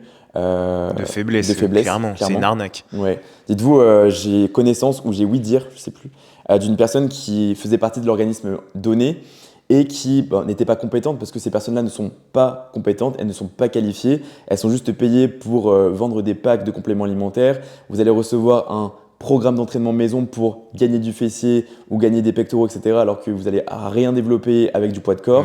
Il faut le comprendre et l'entendre. Désolé à ceux que ça déplaise. Mais vous n'allez rien gagner avec ce genre de plan d'entraînement. Il vous faut de la tension mécanique, il vous faut une charge, externe, c'est l'hypertrophie qui veut ça. Bref, je ne vais pas m'étayer sur le programme d'entraînement, je pense qu'on aura l'occasion du coup de revenir là-dessus dans un autre épisode. Mais voilà, ils vous vendent une promesse, ils vous vendent des compléments alimentaires à une certaine somme pour vous dire, ils sont allés démarcher une grand-mère de 70 ans pour vendre des compléments alimentaires qui coûtaient 300 € par mois. La grand-mère, elle voulait juste perdre du poids, elle s'est fait démarcher et puis elle a payé, tu vois. Ouais. Et après, la fille de cette grand-mère-là, elle a porté plainte pour abus de faiblesse, tu vois. Je trouve ça assez quand même comique de vouloir vendre à tout prix. Il y a des personnes du coup, qui sont non seulement dans la perte de solution, dans une situation du coup de détresse parce qu'elles sont dans le mal-être, et derrière ça on vient leur promettre du coup des solutions qui sont malsaines, quoi. Ouais, et qui du tout, enfin là ça résume encore on vient t'attirer en te disant c'est le résultat le plus rapide et le moyen le plus sûr pour perdre du poids, Ouais. alors qu'en vrai c'est pas du tout vrai, tu vois. Parce que ce qu'ils perdent généralement c'est de la rétention d'eau. On joue encore une fois sur ta faculté à faire preuve d'impatience pour Ouais. solutionner un besoin, et là c'est exactement ce qui se passe, tu vois. Surtout que le groupe donné, imaginez, moi j'avais été démarché avant même de commencer le coaching, donc j'avais déjà mon parcours, j'avais déjà donc ma transformation qui était, je pense, inspirante. Et si j'avais rejoint leur groupe, ils auraient mis ma transformation en avant, c'est sûr, pour dire Valentin a rejoint la communauté, regardez son parcours, il est sorti de tels événements, il a traversé ça, ça et ça. Forcément, ça aurait créé une certaine proximité avec une potentielle audience qui aurait pu être inspirée par ma transformation. Et elle se serait dit pourquoi pas moi, et elle serait lancée dans les compléments alimentaires et dans ce programme magique sous prétexte que c'était inspirant et par espoir que ça fonctionne pour elle aussi. Ça n'aurait pas fonctionné parce que derrière toute mon transformation, il y a eu la diète qui a été tenue, il y a eu les entraînements qui ont été tenus, il y aurait mon parcours de prépa. Tout ça, c'est pas les compléments alimentaires qu'ils m'ont donné, tu vois. Donc il y a une certaine publicité mensongère au fond, tu vois. Oui, totalement, ouais. Donc voilà, et la raison pour laquelle du coup j'ai dit non à cet organisme, bien que ça aurait pu être vraiment un gros complément revenu, c'est l'aspect éthique, l'aspect conscience au niveau du coup de la conscience professionnelle. Genre tu peux pas vendre quelque chose à quelqu'un et tu sais pertinemment au fond que c'est du bullshit, tu vois. Et ça, j'ose espérer que ça puisse en réveiller plus d'un qui fait potentiellement partie du coup de l'organisme pour que voilà, vous essayez juste d'entreprendre quelque chose de plus sain, non seulement pour vous, parce qu'à terme, en exerçant ce genre de choses-là, vous serez sûrement pas fiers de vous. À la limite, vous aurez des souvenirs grâce aux meetings et aux moments partagés en groupe. Au cercle social, tu vois. Mais voilà. Après, est-ce qu'on peut vraiment les blâmer alors qu'à la base, c'est juste des hommes perdus qui ont été inspirés, démarchés par des gens d'au-dessus, tu vois. C'est un système pyramidal, donc forcément, carrément. Ça en découle, tu vois. C'est le marketing donc, réseau. Je pense qu'à la base, le problème, c'est pas que eux soient foncièrement mauvais, tu vois. C'est plus la réponse à une impatience, encore une fois, tu vois. Et peut-être se réveiller par rapport à ça. Ouais, peut-être prendre conscience un jour que vous avez mieux à faire. Vous avez surtout vos valeurs. Après, encore une fois, c'est vous qui placez vos limites. Mais vous avez vos normes, vos valeurs, et à vous d'être en accord avec elles. Et de vous réveiller le matin en vous regardant dans le miroir et dire je me lève pour faire quelque chose de bien et pas pour arnaquer une grand-mère de 70 ans. La messe est dite. Et moi, par rapport à l'aspect alimentaire, aujourd'hui, en tant que coach sportif, on n'est pas autorisé à délivrer des plans alimentaires parce qu'il faut être diplômé pour ça. Il faut avoir une certaine qualification et des compétences pour ça. On a le droit de donner des conseils, mais on n'a pas le droit du coup de donner des plans alimentaires. Je le répète, c'est important. Et récemment, dans une stratégie alimentaire que j'ai vue, malgré le fait qu'on n'a pas le droit de conseiller, on n'a pas le droit du coup d'imposer un plan alimentaire, moi j'ai vu un conseil qui était de suivre 60 grammes de lipides à 110 grammes de lipides. Donc une fourchette assez large quand même. En fait, c'est même pas un plan au final, tu vois. Donc la personne se fait coacher par un coach pour au final du coup avoir une indication, un conseil qui est même pas si précis que ça, tu vois. Tu peux avoir une fourchette, mais 60 à 110 grammes de lipides à l'eau, et en plus de ça, c'est pas santé, quoi. Parce que la consigne c'était 60 grammes de lipides à 110 grammes de lipides, protéines c'était 140 à 180 et le reste en glucides. Pour le niveau que la personne elle avait, je pense qu'elle mérite plus Oui, de d'attention. considération, d'attention et de précision, tu vois. À la limite, tu mets une fourchette de 20 grammes de protéines, à la limite, tu mets 5 à 10 grammes de lipides, à la limite, elle reste en glucides si tu veux. Mais bon, à un moment donné, il s'agirait du coup d'arrêter de prendre des gens pour des imbéciles, quoi. Ouais, surtout que bah, pour le coup, là, on en a discuté et moi, ce que je lui ai dit, c'est que déjà, on a tellement de facteurs X dans une progression qui sont là de base et qu'on ne peut pas contrôler. Ouais. Alors si en plus de ça, on en rajoute, on progressera forcément beaucoup moins vite que les autres et ça amène de la frustration, tu vois. Là où je veux en venir actuellement avec ce genre de discussion, c'est que avec ce genre de pratique-là, on développe, ou nous en tant que coach, on va développer une certaine frustration chez une personne qui ne demande qu'à progresser. Et je trouve ça assez dommage. Et moi-même, j'ai été dans cette situation, je pense que toi aussi tu l'as été si tu as été coaché. J'ai été moi coaché par 10 coachs et j'ai aujourd'hui trouvé le coach qui me convient. Et avant de trouver le coach qui me convient, j'ai eu de la remise en question. Est-ce que j'étais vraiment fait pour le bodybuilding? Est-ce que j'avais vraiment quelque chose à faire dans ce sport-là? Est-ce que je ne devrais pas changer? Est-ce que c'est moi le problème, tu vois? Et quand on se pose ce genre de questions-là, ça fait toujours mal, tu vois. Toi, ton ego d'homme, quand tu es une femme, tu as toujours peur de ne pas être assez bien pour les gens. J'ose espérer que vous avez passé ce stade-là, mais comprenez qu'on est là du coup dans une logique je dirais de bienveillance. On n'est pas là pour dénoncer, pour blâmer, on ne mentionne personne. J'espère qu'ils se reconnaîtront pour réveiller leur processus avec les clients qu'ils ont actuellement pour en prendre soin. Mais tout ça, ça génère de la frustration et il ne faut en aucun cas que ça en génère parce que chaque projet en fait doit être mené à bien, quoi.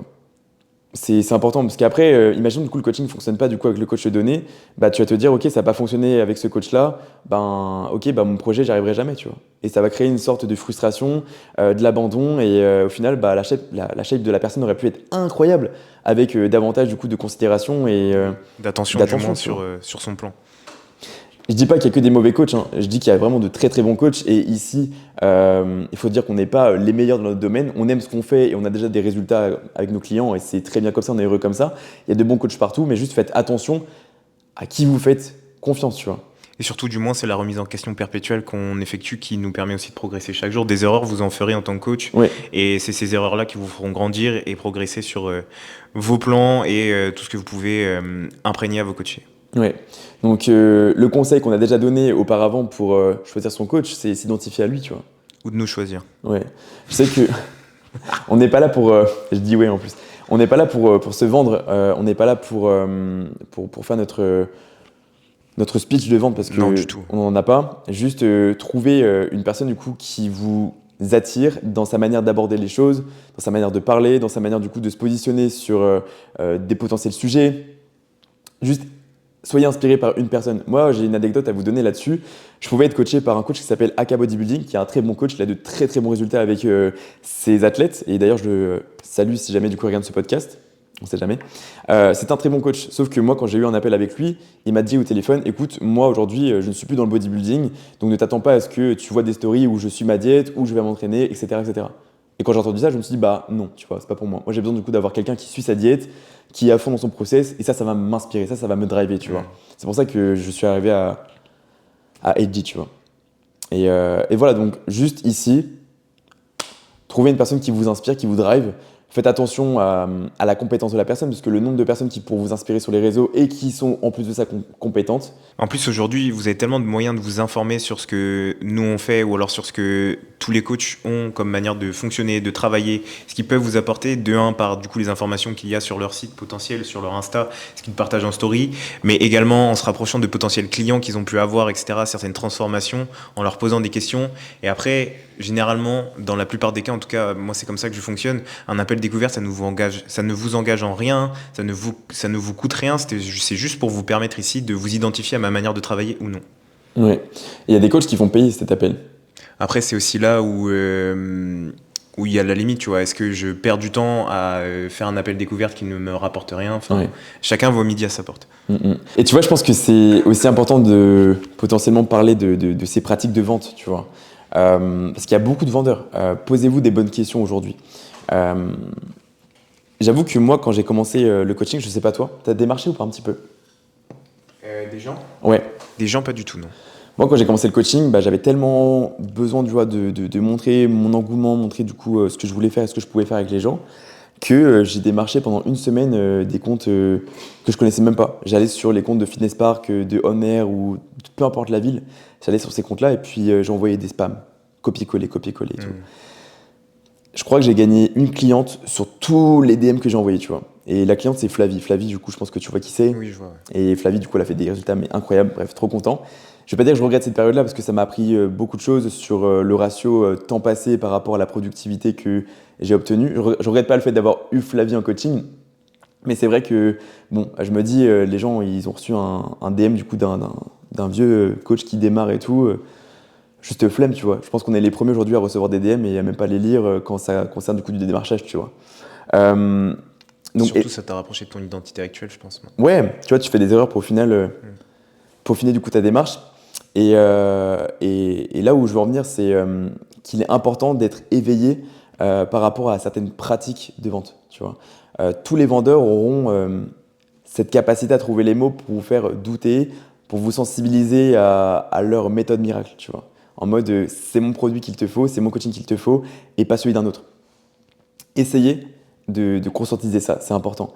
Quand vous avez du coup un coach ou une personne qui met en avant un produit miracle, qui met généralement un sondage, tu as du mal à développer tes fessiers, clique ici, je t'envoie une vidéo. Tout ça, c'est des procédés de vente. Faites attention, vraiment. Il y a des bons coachs qui font ça, je ne dis pas, mais de ce que j'ai entendu et de ce que je vois dernièrement, je vois pas les résultats pop, tu vois. Non, mais je vois qu'il y a des clients en plus, mais je vois pas les résultats qui défilent. Ou alors tu derrière. vois juste des messages. En mode, on voit des messages WhatsApp, des retours clients en mode ah j'ai réussi à développer ci, développer ça. C'est facile d'avoir un message d'une bonne séance, tu vois. Mais les photos avant-après, je dis pas que sans photos avant-après, on ne promet pas un bon travail chez un bon coach parce que tout le monde n'accepte pas de partager ses résultats. Mais bon, posez-vous les bonnes questions, quoi. Moi, je sais que tu vois, j'ai une follow tous les coachs français. Je dis pas qu'il y a que des mauvais coachs et je sais pas si je l'ai déjà dit ça tout à l'heure, mais voilà, nous on prétend pas avoir la science infuse. Non, du tout. Non. On prétend pas être les meilleurs, il y a des bons coachs partout, mais voilà, faut les trouver. Nous, on sait qu'on aime ce qu'on fait et qu'on est passionné par ce qu'on fait et qu'on passe un temps monstre à faire ce qu'on fait parce qu'on adore ça. Mais voilà, on dit pas qu'on est les meilleurs, donc attention à ça, on reste quand même respectueux par rapport à ce qui se fait. Je suis pas là pour abaisser qui que ce soit, hein. Pour moi, il y a de la place tout le monde sur la marche du succès. Voilà, il y a de la place pour tout le monde là-haut, donc voilà, c'est aussi la vision à comprendre aussi. Mais voilà, juste faites attention à qui vous faites confiance parce que ça peut créer tellement de frustration du coup de rater un coaching avec un coach qui vous a promis des résultats. Et généralement, le fautif, bon, c'est 50-50, il y a la part du coaché. Oui, évidemment. Mais tu as la part du coach aussi, tu vois. Et généralement, le plan, est-ce qu'il était qualitatif? Est-ce que la personne était réellement diplômée pour ça? Est-ce que la personne était vraiment qualifiée pour traiter une problématique? Mollo, quoi. Oui. Parce qu'on joue aussi avec la santé, on joue avec l'aspect psychologique, l'aspect physique au fond. La personne, si elle est mère de famille, père de famille, que tu la mets sur un plan qui est extrême, inadapté, bon, plus ça va, plus on voit quand même des plans qui sont de plus en plus adaptés, mais je vois quand même du coup toujours des aberrations, tu vois. Donc faites vraiment attention aux vendeurs. Parce que vous rentrez dans un processus, c'est bien, vous allez avoir un programme, mais qu'est-ce que vous allez en avoir? Qu'est-ce que vous allez bénéficier ou perdre, vous le saurez très vite. C'est ça, c'est qu'on vous vend pas un booster Pokémon. C'est pas parce que là, dans l'occurrence, vous allez peut-être avoir Starry, c'est pas grave, tu vois. Là, on joue vraiment avec votre santé et potentiellement après, ça peut avoir des répercussions graves, tu vois. Dans le pire des cas, vraiment, genre une mauvaise image de soi-même et du coup, potentiellement amener une dépression ou alors pire des TCA. Ouais. Donc, il faut vraiment faire attention à qui vous choisissez et avec qui vous voulez travailler. Donc, renseignez-vous vraiment. Ok, bon, on a parlé du coup de l'aspect alimentation, l'aspect programmation, c'est kiff-kiff, hein, c'est pareil, c'est des programmes copier-coller. Ça va être le numéro 490 que vous aurez dans votre boîte mail, potentiellement du coup sur une application ou sur un drive, peu importe. Faites vraiment attention à ça. Demandez donc toujours des retours par rapport du coup au coach. On n'est pas là non plus pour encore une fois du coup dévaloriser le travail qui peut être fait, mais voilà, juste soyez éveillés par rapport aux programmations parce que le nombre de copier-coller que vous pourrez recevoir, il est juste aberrant. Le programme miracle n'existe pas, le volume miracle n'existe pas, il est dépendant du coup de chacun. Si vous avez du coup un programme qui n'est pas évolutif dans le temps, vous êtes sûr et certain du coup d'avoir un programme copier-coller, un PDF, bref, voilà. Ça veut pas dire qu'il faut changer toutes les semaines de programme non plus. Je pense qu'on a fait le tour du coup par rapport à l'aspect bodybuilding. Ouais, carrément. Je pense que ce serait peut-être intéressant du coup de revenir sur les réseaux. Pour toi, quel est le meilleur réseau social ou le pire réseau social quand tu veux poster sur les réseaux? Je pense que la majorité des gens sont sur Insta, donc je veux dire, si jamais vous voulez toucher une majorité de personnes... Bienveillante, je pense que c'est sur Insta. Ouais, allez sur Insta. Je pense que le pire, mais vraiment le pire, je pense que c'est TikTok. Vraiment TikTok, c'est X et TikTok, ouais. Ouais, mais X encore, c'est plus politisé, tu vois. Ouais.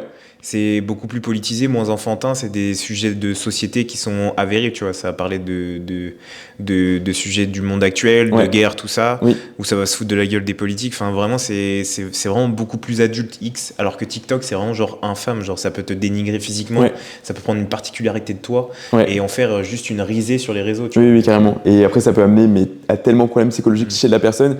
Ça peut même en arriver à l'harcèlement, quoi, au cyberharcèlement. Ouais, au cyberharcèlement, ouais. Est-ce que toi, tu as déjà été touché du coup de commentaires comme ça? Tout à l'heure, du coup, tu disais que oui. Ouais, j'ai déjà été touché un petit peu. On m'a toujours laissé tranquille sur les réseaux, donc j'ai eu de la chance, je pense, jusque-là, tu vois. Où je pense que tout simplement, je suis pas assez gros ou assez important pour que les gens s'attaquent à moi.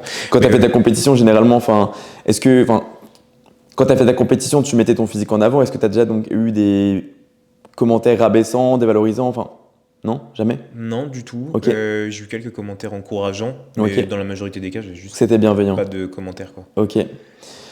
Faites attention à ce que vous postez sur les réseaux. TikTok, ouais, c'est très très dur. Je sais que, bon, j'ai une anecdote, mais moi j'ai déjà vu un avant-après sur les réseaux. J'en vois souvent, mais celui-là du coup m'avait marqué parce que la personne avait fait une transformation, mais de zinzin, c'était une femme. Elle avait fait un avant-après prise de masse. Et au final, la personne, elle avait toujours ses boutons. Donc avant, elle avait ses boutons et après, elle les avait toujours. Et j'ai vu un post qui avait fait je ne sais pas combien de likes, un commentaire, où le mec disait c'est dommage que juste t'aies pas perdu tes boutons, tu vois. Ouais, du coup, il minimise la perte de poids ou la prise de masse, tu vois. Ouais.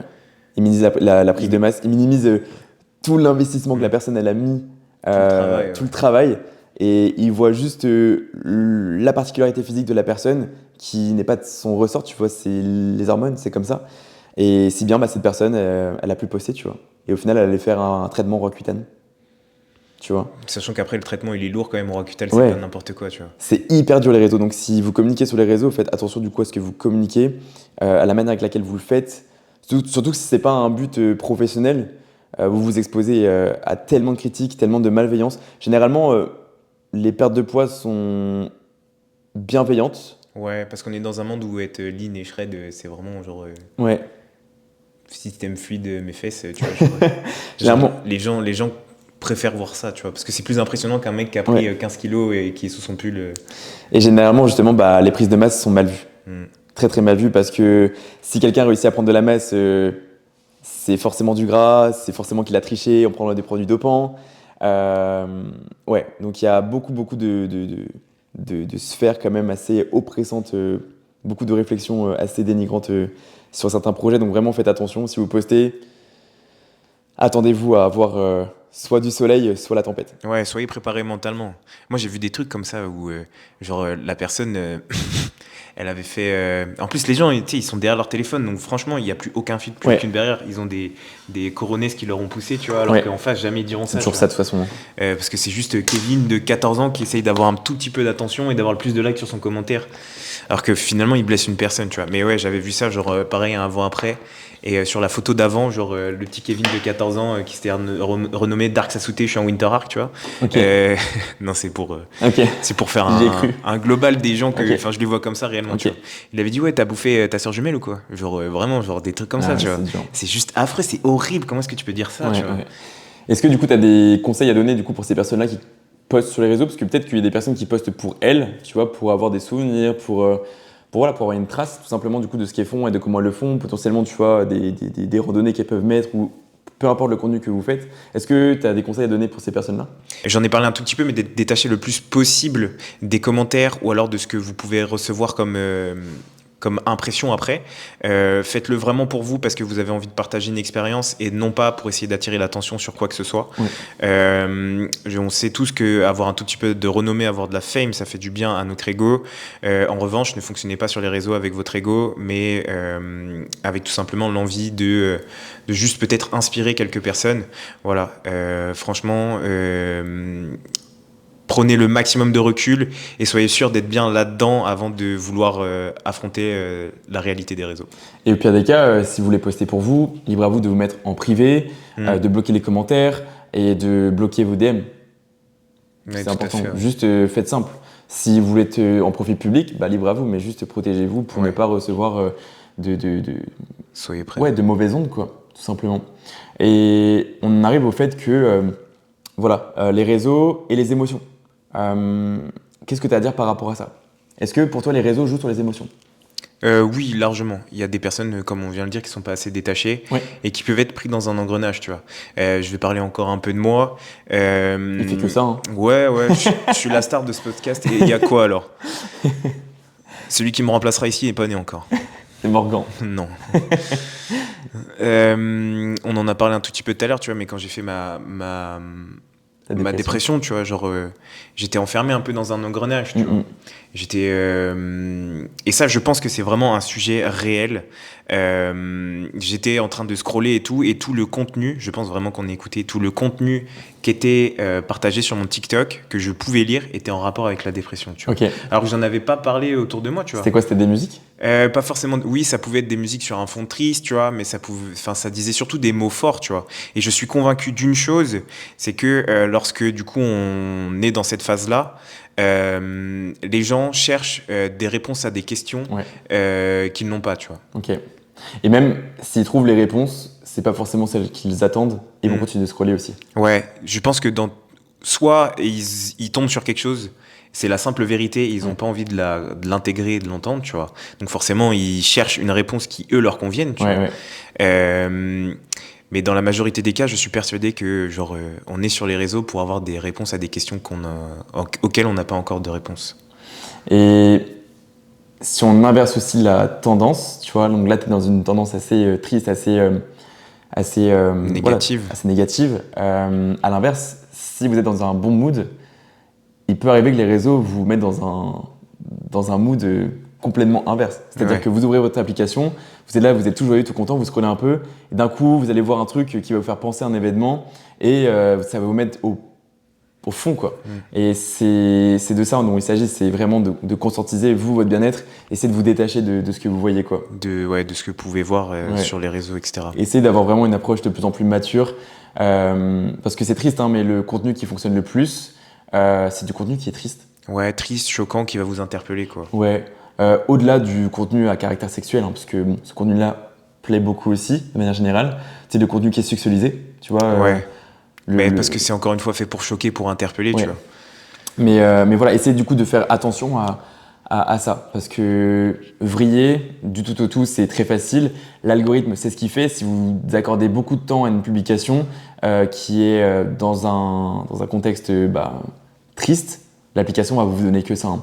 Je vous disais tout à l'heure que le contenu triste fonctionne beaucoup. J'en ai fait un, et je crois que j'en ai fait deux, je crois. Les deux, ils ont fait 31 000 vues, et l'autre, il en a fait 14 000, tu vois. Et après, je fais du contenu genre motivation, ça fait genre 1700, ouais, c'est un 900, beau taux d'impression, tu vois. Et je trouve ça assez aberrant, tu vois. Je suis sûr que là, si je prends une musique trend et je fais un post en mode un peu triste, en mode bad boy, en mode c'est moi et moi seul depuis qu'elle m'a quitté, ça va générer tellement de likes, tu vois. Mais après, il y a des gens qui font ça de manière sincère, tu vois, parce qu'ils ont ce besoin aussi d'exprimer ses émotions, tu vois.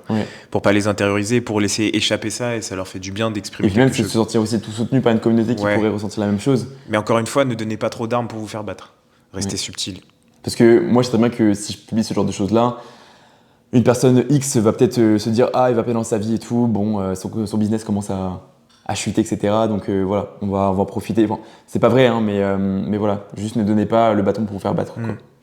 Mais ouais, de manière générale, je pense que du coup, comme j'ai dit, on essaie de chercher des réponses à des questions qu'on n'a pas.